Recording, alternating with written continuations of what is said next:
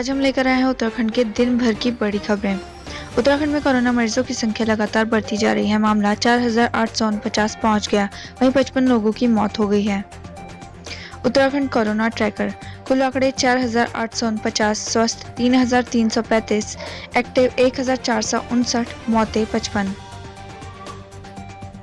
अब बात करते हैं उत्तराखंड के विभिन्न जिलों की। देहरादून 1,178, नैनीताल 715, टिहरी गढ़वाल 477, हरिद्वार 777, उधम सिंह नगर 763, पौड़ी गढ़वाल 186, अल्मोड़ा 220, बागेश्वर 95, चमोली 82, पिथौरागढ़ 80, रुद्रप्रयाग 67, उत्तरकाशी 133, चंपावत 76। चारधाम 2020, यमुनोत्री हाईवे केशारी खंड के पास अवरुद्ध, बद्रीनाथ हाईवे भी बंद। यमुनोत्री हाईवे मंगलवार देर रात नौगांव बड़कोट के पास भूस्खलन होने से बंद हो गया है। मार्ग खोलने के लिए जेसीबी मशीन लगाई गई है। वहीं तोता घाटी में सड़क खोलते समय मशीन के ऊपर पत्थर गिर गया, ऑपरेटर घायल हो गया। ऋषिकेश बद्रीनाथ राष्ट्रीय राजमार्ग तोता घाटी के समीप मलबा आने के कारण अवरुद्ध है। तवा घाट शोभला बॉर्डर रोड मलबा आने के कारण अवरुद्ध है। शहीद देव बहादुर के परिवार को सरकार देगी 10 लाख की मदद और सरकारी नौकरी। लद्दाख सीमा पर शहीद हुए देव बहादुर के परिवार को सरकार 10 लाख की आर्थिक मदद और परिवार के एक सदस्य को नौकरी देगी। शहीद की अंतिम विदाई में पहुंचे कैबिनेट मंत्री यशपाल आर्य ने परिजनों को 10 लाख रुपए देने की घोषणा की। उन्होंने कहा कि सरकार शहीद के परिवार के साथ खड़ी है। उन्होंने कहा कि आर्थिक मदद के साथ ही सरकार परिवार के एक सदस्य को सरकारी नौकरी देगी। इस दौरान विधायक राजेश शुक्ला भी मौजूद रहे। रेलवे स्टेशन पर रिजर्वेशन की नहीं लगाई जाएगी लिस्ट, यात्रियों को मोबाइल पर मिलेगी जानकारी।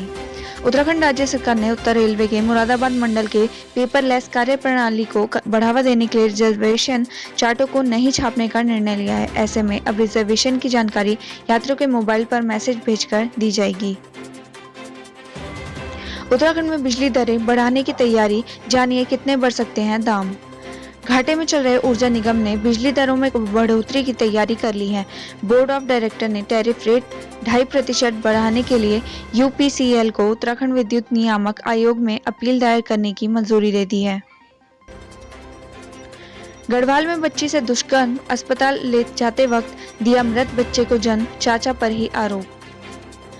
सवाल यही है कि आखिर देवभूमि में क्या हो रहा है। लगातार नाबालिग से दुष्कर्म की घटनाएं बढ़ रही हैं। आखिर देवभूमि को किसकी नजर लगी है। एक बार फिर से एक शर्मसार कर देने वाली खबर सामने आई है।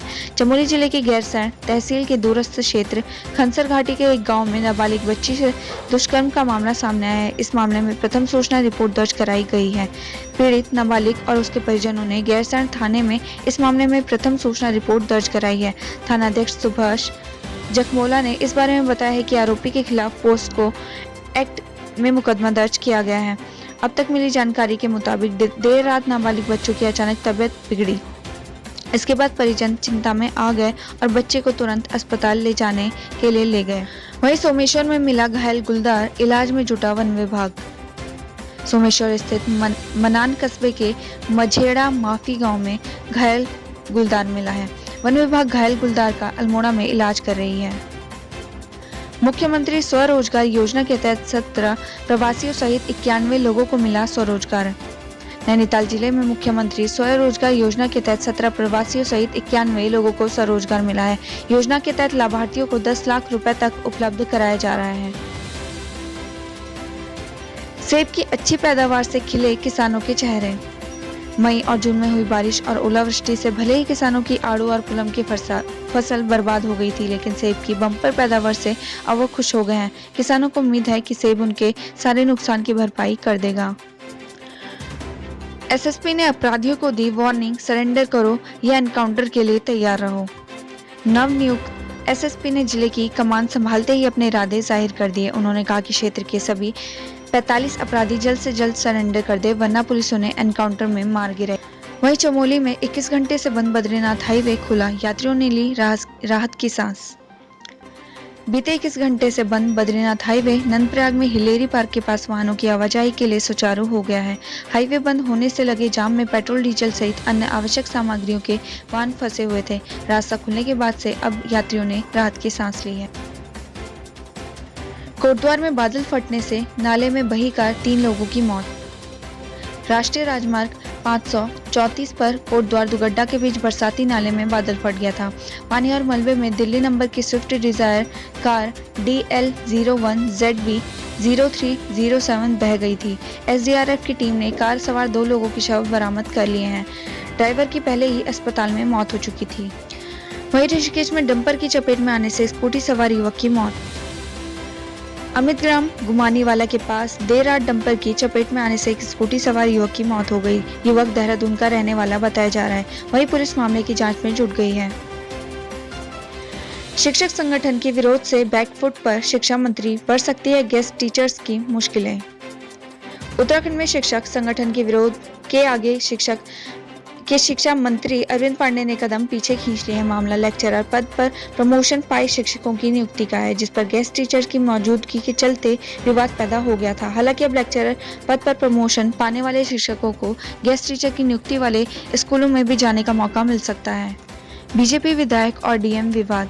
MLA ने कार्रवाई के लिए विधानसभा अध्यक्ष को लिखा पत्र। रुद्रपुर में प्रभारी मंत्री मदन कौशिक ने बीती 17 जुलाई को जिले के तमाम अधिकारियों संग बैठक में विकास कार्यों पर चर्चा की थी। इस दौरान किच्छा विधायक राजेश शुक्ला की याददाश्त को डीएम ने कमजोर बता दिया था, जिससे गुस्से में आकर विधायक मीटिंग छोड़कर चले गए थे। आजादी के 7 दशक बाद भी ये गाँव संचार सुविधाओं से वंचित। आजादी के 7 दशक बाद भी पिंसवाड़ गांव में नेटवर्क की सुविधा उपलब्ध नहीं है, जिसकी वजह से ग्रामीणों को 10 किलोमीटर का सफर तय कर बातचीत करना पड़ता है। वहीं उत्तराखंड में इतने प्रतिशत महंगी हो सकती है बिजली, UPCL करेगा अपील। उत्तराखंड पावर कॉर्पोरेशन बिजली की दरों को बढ़ाने के लिए एक बार फिर उत्तराखंड विद्युत नियामक आयोग का दरवाजा खटखटाएगा। आयोग ने उसकी अपील को मान लिया तो प्रदेश में बिजली 2.56% महंगी हो सकती है। निदेशक मंडल ने UPCL को अपील करने की अनुमति दे दी है। Locust attack. पिथौरागढ़ में टिड्डी दल का आतंक, चट कर दी मक्का और धान की फसल। सीमांत जनपद में टिड्डी दल का आतंक बढ़ता जा रहा है। जिला कृषि अधिकारी अमरेंद्र चौधरी ने बताया कि दोनों स्थानों पर रसायन के साथ कृषि विभाग की टीम को भेज दिया गया है।